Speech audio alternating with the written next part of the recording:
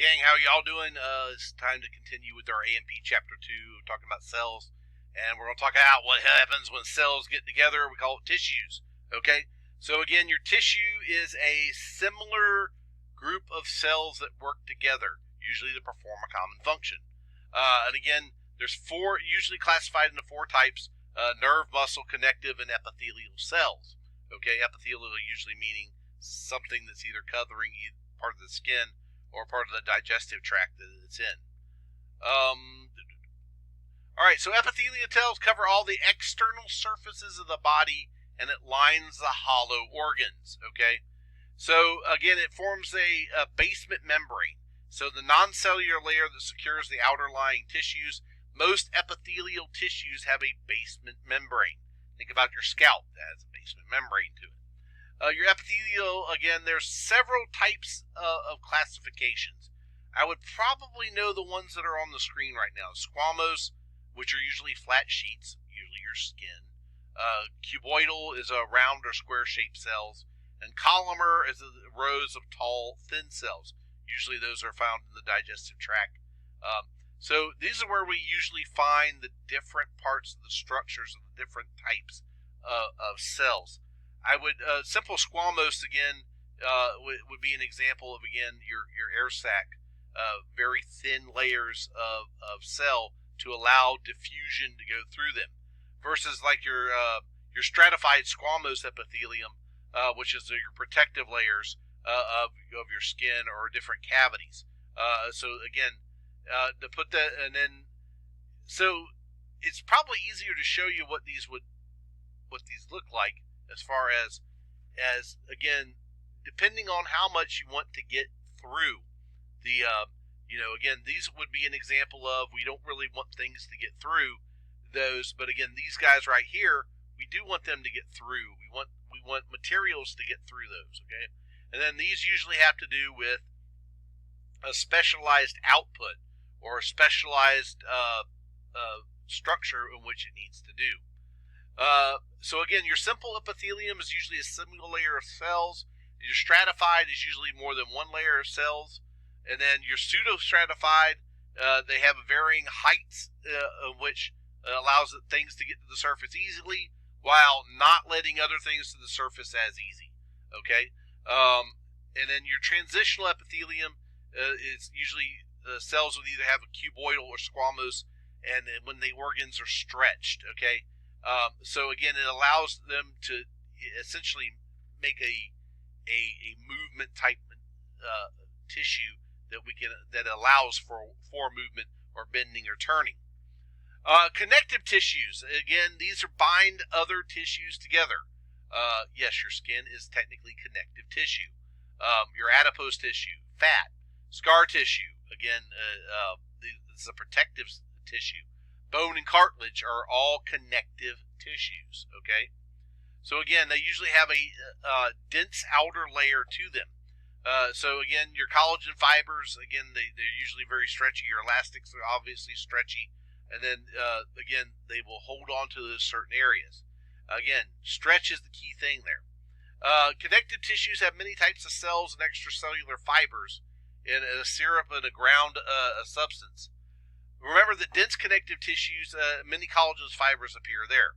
A dense connective tissue would be like your ligaments or tendons would be an example of dense connective tissue.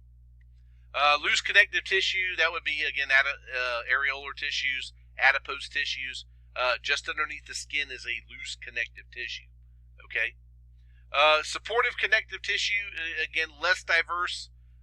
Protects the soft tissues and carries most of any of the body's weight. So again, these are more your supportive connective tissues are more of your bone structure, muscle, not so much muscle, but the bones,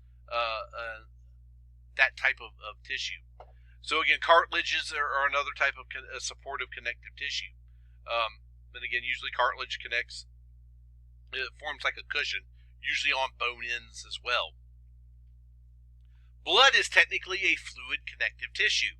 That's right, blood is fluid connective tissue. I would definitely remember that fact. And then lymph, again, it's the interstitial fluid that enters the lymphatic vessels.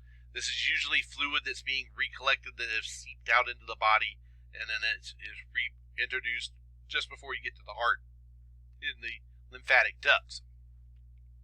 Your muscle tissues. It overlays the framework of the skeleton, and it usually does.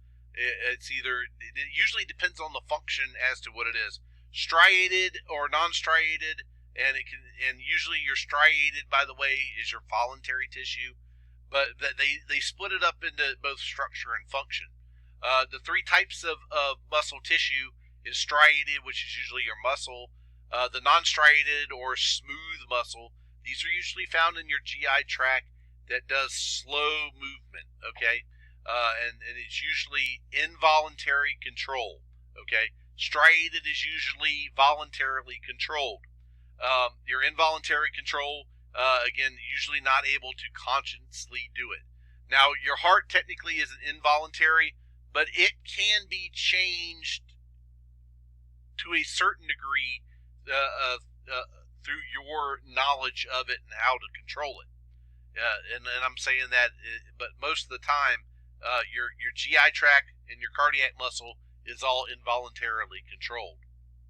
So again, the different layers, again, your smooth muscle, your striated, and the different striated materials is right here.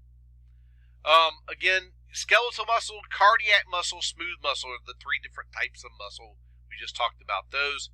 Usually your striated is what is used for each day-to-day activities. And what usually happens is these guys kind of form together on these striations. The striations, they kind of slide over each other. And that's how, again, the skeletal muscle will work. And your cardiac muscle is striated involuntary muscle. We also call it myocardium. And so you got to make sure you remember that term myocardium, because we're going to talk about that a lot, especially when we hit second semester. Contains less connective tissue than normal skeletal muscle, and it relies on the conduction system for contraction. By the way, it has its own conduction system within the cardiac muscle, and it's also able to generate its own impulse. We call that automaticity. All right. Now your smooth muscle. These guys are non-striated. They can regenerate after injury. Composed of hollow internal organ walls, and they have no conscious control over these. Again, involuntary muscle. It's going to work whether we do or don't. Now, nervous tissue, it specializes in the conduction of electrical impulses from one to another, usually as a control function, okay? So there are two types of cells, which is the neurons, and then the neuroglia,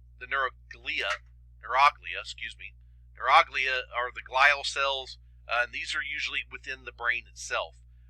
They're usually more of a control type situation.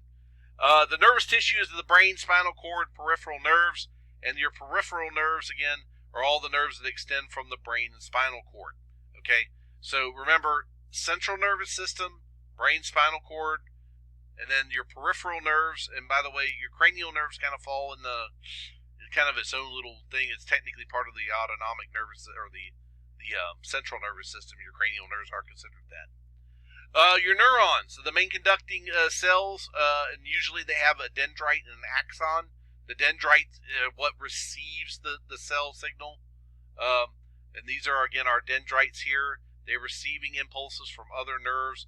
It's controlled in the nucleus, and then when it's told to transmit this, it will transmit the signal down, out, and actually can go to a different connection, by the way. And again, then it will go out to the muscle fibers. And this is an example, of course, when it's actually connecting to muscle fiber tissue, but it can also contain other things that it can control. And again, by the way, where our paralytics work, by the way, are the junctions in between here or in between here. That's what propagates the signal across a neuron, is a neurotransmitter. So cutting back to here, so again, the dendrites receive it, the axon conducts it away. By the way, the myelin sheath here, the myelin sheath helps maintain protection and defense against this. And again, it helps propagate the signal.